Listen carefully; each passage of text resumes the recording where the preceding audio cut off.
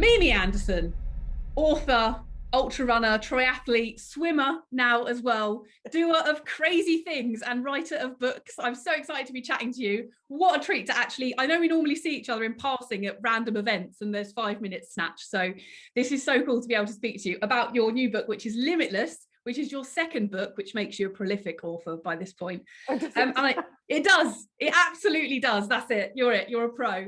I absolutely love this book. I got a chance to read it actually before it came out, and I loved it because you are hard as nails. There is no doubt about that. I mean, the list at the back of the book of the things you have done, I knew some of them, but I didn't know all of them. My jaw just got lower and lower and lower as I read them.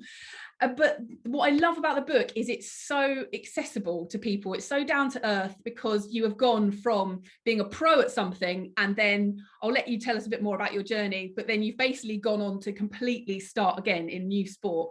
So what I want to know is the book, it starts with you basically having a knee operation. So talk to us about that knee operation and where your life started splitting in a different direction from being a hardcore ultra runner to taking a new path. Well, yeah, so the knee operation I had a torn meniscus. It had been going on for probably about 3 years. You know, that classic situation. It's not bad enough to stop, you know, and I was having treatment for it, and eventually I was building up to America in 2016. And I just announced the date, and every time I went out running, my right leg was more and more strapped up until the stage I was looking like a mummy going out with all this strapping on. And I remember just one run, I went out and I didn't even cover half a mile. And I just stopped and I ripped off all this strapping, and I just went, this is not working. And so I ended up having to have a knee operation to repair the meniscus. Which was pretty bad. And how many years into your ultra running career were you at that point? Because I know you started reasonably late, but you'd done a fair few years of events. Yeah, so this was about, so I started about 19 years, yeah. So wow. So I'd done a lot of running at that stage, and I'd never had issues with my knee. But I remember exactly when it happened, so I blame a certain race for that. But anyway, it wasn't their fault at all. I tripped in a race. I got my foot stuck between two paving slabs on the Pennine Way, and my knee basically went backwards. And I carried on going for another 80 plus miles, you know, and you know what the terrain's like there. So, but I had. So that is the race that shall not be named. That is like the Voldemort race. We'll not name that race. Right, got ya. So I had the operation, and I rehabbed. I was absolutely fastidious about my rehabbing, and I then had to postpone America to 2017. And you know, the consultant knew about it, everybody knew about it, and nobody at any stage said, oh no, Mimi, no, you can't do that, no, because your knee's not strong enough, you know, because I had done it really well. So when everything sort of happened, I love that it's almost like you need to, and this is what amazes me about you as well. It's like you're a kind of a train in motion, and until something crosses your path and says you absolutely cannot do that, you will just keep going. So it's like, of course you're going to keep going even though you've had a knee operation. Of course you're going to go and try and break a world record for running across America, as you do. And that's one thing that fascinated me actually, because I thought you're a very specific type of person. And where do you think you get your drive from, your will to want to go? And I mean, your books are called Beyond Possible and then Limitless. So where do you get that drive to try and go beyond what is possible? Do you know, I don't know. I've often thought about that. I think a lot of it, some of it will come from my father. He was quite a sporty guy. He was in the army, and he was very sporty, and he loved his sport, and he loved doing all of that. But for me, I'm not sure actually. I think possibly it goes back to my childhood. I had not a very nice nanny. I blanked all that off. So it was down there somewhere. And then I had an eating disorder. Again, not very nice, but I was very lucky after 15 years or so, I managed to sort of come out of that. So I think some of my strength and my determination, I think actually goes right back to then without me realizing that that's what was happening. You know, I wanted to get better. You know, when the nanny thing then came up, I thought, well, actually, I've dealt with it now. It wasn't very nice, but you can't keep on going back. So I've got to move forward. So I think I'm quite a I didn't realize I was quite competitive, actually, because I never thought about that at all. It's ridiculous, isn't it? Well, if it's normal to you, I guess you just wouldn't. So that makes sense. Yeah. But I like to see, I think for me, I'm always very competitive against myself, and I like to see actually how far I can push myself. So when I started doing the long stuff, I thought, oh, I've done 100 miles. Well, actually, I started with 145, but that's beside the point. But yeah, but I just think for me, the longer I did, and I just thought, oh, I wonder if I can just do that little bit more. What else can I do? You know, because it's not just physical, it's mental as well. So yeah, I'm exploring the possibilities. I love it. I love it. Now, are you competitive in board games? Because I find that people are sometimes they're competitive in races, but when you get to a board game, they can't be bothered. But are you? If I played you at Trivial Pursuits, would I get destroyed? Well, no, but if I play Trivial Pursuits with my son and my husband, I tell you, because I get bored. They get really tactical, and I just completely switch off. So I just go for it, and I'll end up winning, and they'll go, "Mom, that's so unfair because you just want to do it, so you can stop." Yes. I love it. No, I'm not. You've got that luck. You've got that luck with you. I love it. Now, as I read through the book, there's a pivotal moment. I wish we had time to talk about it, but so much happens in this book. Yeah. It's like a section of your life just condensed. And there's this pivotal moment where, and I'm not spoiling it because it's on the back of the book, where you have to decide to give up on this dream to run across America, and something that you've trained so hard for and you've been going towards for so long. I've read, I mean, I've felt for you in that moment, but I want to hear from you. What was it like in that moment when you had to make that decision to give up on that dream? Oh, it still makes me cry. I mean, all these years later, it's just heartbreaking. I think, you know, the day before I had to stop, I'd run 58 miles. You know, I'd done really well. And I was having issues, obviously, at that stage, and we've seen chiropractors and things. But I thought, I'm back on a roll here. I'd done 58 miles, and literally the next morning, I could barely walk. I did 16 miles, and that took forever and ever. So my head crew said, right, that's it, Mimi, we're going to go and have an MRI scan. And when we got the results, they weren't pretty. I had no cartilage on one side of my knee. I had bone edema, so I had sort of swelling of the bone and things, a bruising of the bone. So the bone was all white. And I was told that if I continued, you know, I could cause multiple stress fractures up and down my leg because they were so brittle.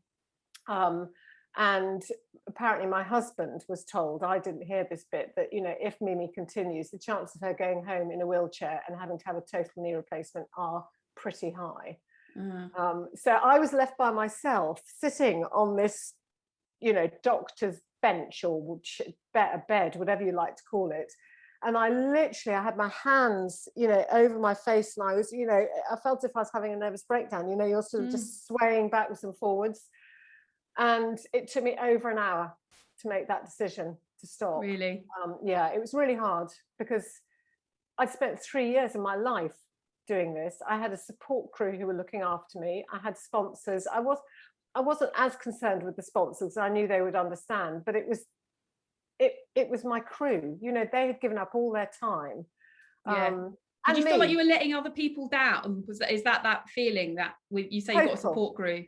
Yeah, totally letting them down. And I felt like a complete and utter failure. And I actually felt really ashamed of myself. It's the first time, I think, in my running career where I just felt ashamed of what I was about to do.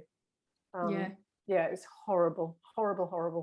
Oh gosh, sorry to take you back to that point. No, but it was the right decision. So I can't regret it. It was absolutely the right decision, but it was a tough one. And I felt that reading the book. And one thing I wondered is after that, because I get it, I've done lots of crazy things where you push your body past the point where it wants to go.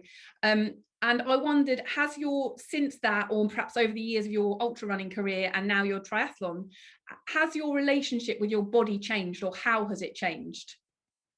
Oh, it's changed massively. You know, when I started running, actually, I didn't like my body very much, didn't dislike it, but I didn't particularly like it.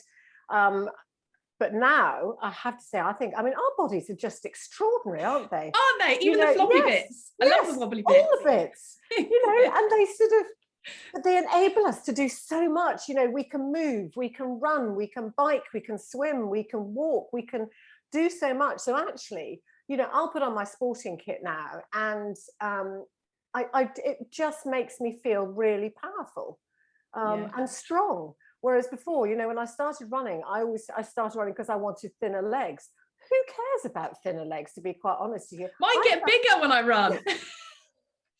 Mine do get thinner, but oh, do they? Cool. Yeah, they do. But that's just how my body's built. You know, my body, I don't have much fat in my body, so my body instantly loses weight on a big race. Yeah. Because that's just how my body works, and then it sort of stays even. But no, I love it. I love what we can do with our bodies, and I just think it's such a shame that, especially women, that we have this dislike of our bodies, or we're ashamed of our wobbly bits, or we're ashamed of the fact that, you know, we want longer legs or thinner legs or whatever. Yeah, actually, they're pretty amazing. I agree with you on that one, hands down. And the other thing I was interested in is, so your relationship with your body's changed, but also there must have been this, I'm wondering if there was a difficulty in the shift in your identity, because you were an ultra runner, and then suddenly you've buggered your knee, you need to take some time out from running completely. How did that mess with, you know, if you pumped into someone at a party and they were like, hey, Ming, what do you do? Like, what was your response at that point? Do you know, I really struggled. You know, and also, I mean, no, I was, to be honest with you, I was completely lost. I didn't know what it was, because I wasn't a runner anymore. I wasn't even a cyclist at that stage. I was nothing. I was a nobody. And actually, and I sat down and I thought about it. And when people asked me about America, I really struggled with that, because I didn't run across America, did I? Because I still had. You did a pretty good chunk of it. No, I did 3/4 of it, but I still had that little bit to go, you know. So, and I really struggled with that, and I had to really sit down and have a serious chat with myself and go, Mimi, do you know something? You've had the most extraordinary running career. You know, you are still a runner. And at that stage, I didn't know whether I could run again. And it doesn't define who you are, even if you're feeling a bit lost. So what we have to do is we have to sort of find something else. I suppose redefine myself, you know, sort of, and find, well, I was always going to be me. I just wasn't a runner. I did struggle for a long, long time with that, actually, feeling very lost, very lost. I did wonder about that. And then you found cycling, which I loved reading about, because I love cycling, running, swimming, all of it. And you did this enormous, I mean, classic Mimi, you know, you didn't do things by halves. You went and cycled the whole way down the Pacific Coast Highway, down the West Coast. Now, tell me about that, because that was, I was reading it and I was thinking, it sounds like a different experience for you, but how was that? How is it different riding a bike? You were camping along the way, like all of that, compared to what you've done previously, which is a lot of competitive ultra running races. How was the cycling? Absolutely loved it. I absolutely loved it. I did it with a friend, because actually I know lots of people go off and have adventures on their own. I actually quite like doing an adventure with a friend, because I think it's sharing the journey, isn't it? Yeah, it's lovely. Yeah, so we carried everything on our bike. I'd never done anything like this before, you know, of this stage. And it was fab.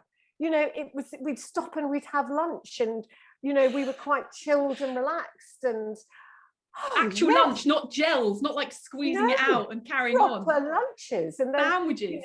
Yeah, and you'd be cycling along and suddenly see this amazing view, and you think, or all these people looking at something, and you think, oh, I wonder what that is. So you'd cycle in, have a look, and they were whale watching. You know, it's just and you can't do that when you're running, can you? Because you've got to keep on going. You know. Yeah, so, and that's good that you had someone to actually shout about the whales with. Because I remember when I've done things on my own and I'm looking at something awesome and I'm grabbing strangers, going, "This is awesome!" But you can actually chat to your mate.